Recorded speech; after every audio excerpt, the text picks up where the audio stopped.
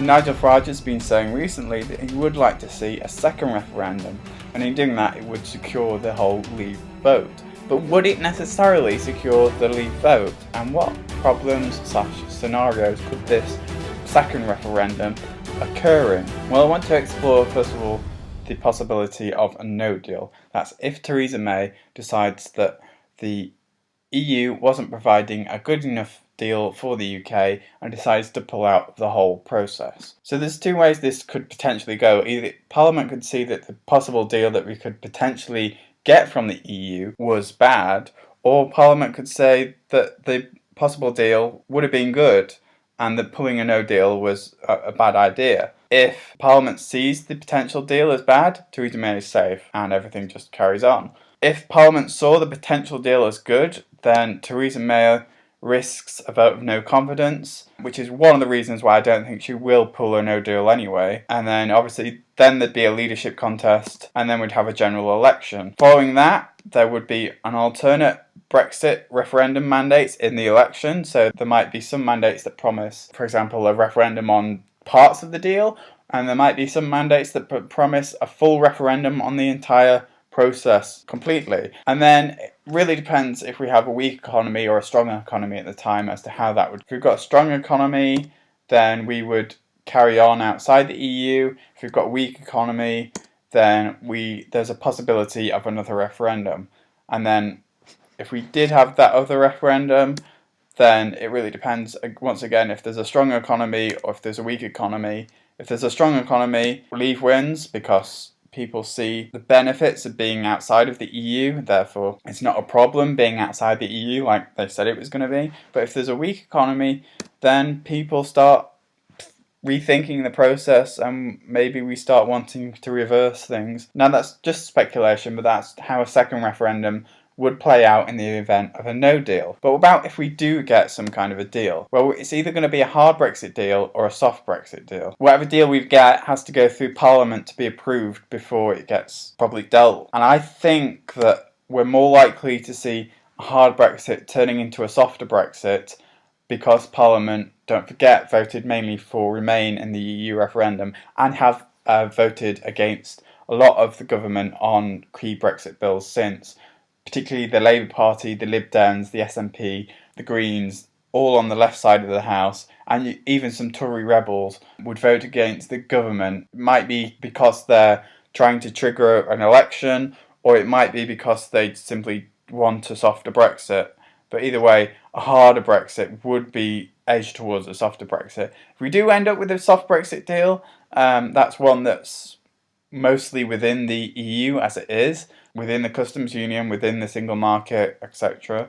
It might edge towards a harder Brexit. It really depends how strong the hard Brexiteers are in the Tory government, because they're really the only people representing hard Brexit in Parliament right now. So I do suspect that it would be more of a softer Brexit anyway, hence why the harder Brexit here hasn't gone as far as the softer Brexit did. Either way, we end up with some kind of deal. Now, the referendum, the second referendum, would come at the end of that deal, either when we know just before it gets passed or after the whole process is done completely. Why do I think it's unlikely? Well, because it would mean reversing the process, and it would also mean a very complicated scenario for Parliament, because either Parliament is going to have 2 votes towards Leave, which would embolden a harder Brexit, which Parliament doesn't want, let's not forget, because most of Parliament voted Remain, or it's going to be a vote towards Leave and a vote towards Remain, with the first being Leave and the second referendum being Remain, which would make a very, very complicated scenario. Okay, so let's suppose that we have that second referendum and Remain wins. So if the second referendum was a process put towards Parliament by the Prime Minister, and Parliament somehow disagree with the idea that because we've got this 1 vote towards Leave and 1 vote towards Remain now, everything's much more complicated. And I suspect that the Tory Prime Minister, Theresa May, would be voting towards the Leave side. After all, she's gone through the whole process and she's going to say, look at me, I made a good deal. But if she has that referendum and she loses and Remain win, then there's a possibility that she could resign. Following that, there's a possibility of another election. following that. In the election, there'll be promises of another referendum in order to clear the whole process up. So there might be a third referendum. You can't have a very clear democracy with Remain win and Leave win. You have to have that third win just to be sure about what's actually happening, what the public actually want from the EU. But again, that would be in very different forms. For example, the new Tory leader might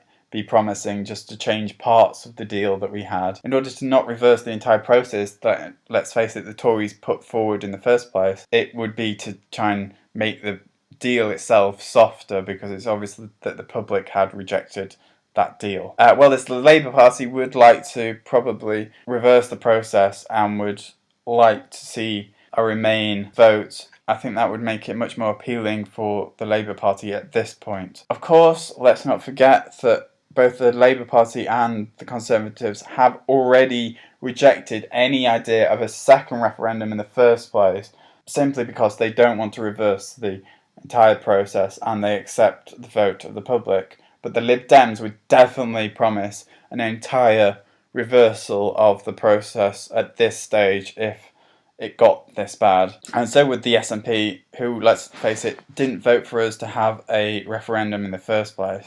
So we get various different promises of another referendum, as well as promises of no referendum, possibly by UKIP. And let's just say that a party with promises of a third referendum would win. So either at that point we'd have a strong economy and a very fed up public, or a weak economy and a very fed up public. And if we had a strong economy, then the public would pretty much say, just leave already, we voted for this once before, yes, we went wrong last time, but everything's going okay now, just go away and get on with running the rest of the country. But if we had a weak economy, they might just say, stay, but make it as quick as possible. We don't want this to go on too long. We would just want our economic security back, please. Anyone. Of course, that's only one possible scenario in which this could happen. Another possibility, after a second referendum, if Remain won, would be just to have that third referendum there and then, just to make it even clearer. Again, this will go straight to the scenario just talked about with a strong economy or a weak economy.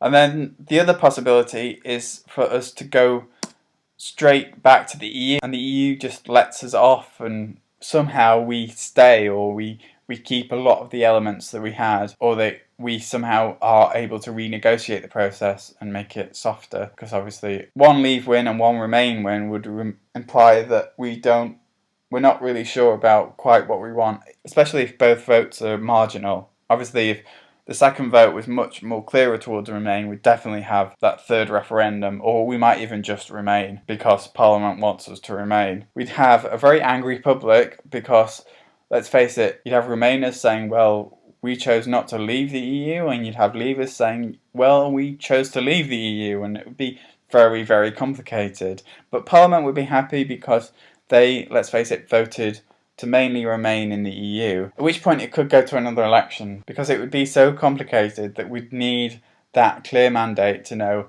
what on earth to do next. And again, I think you'd get promises of another third referendum and then the same process going again. But what do you guys think? Do you guys think this process is very likely to happen? If we are promising that second referendum anyway, if Parliament would let that happen, do you think that it would embolden the Leave side, or do you think it would embolden the Remain side? I'd like to know your opinion in the comments below, and subscribe. Hey, I'm ChickenWire. I'll be posting every other day, so if you want to change the world, hit that subscribe button and check out my videos down below. Thanks for watching, guys.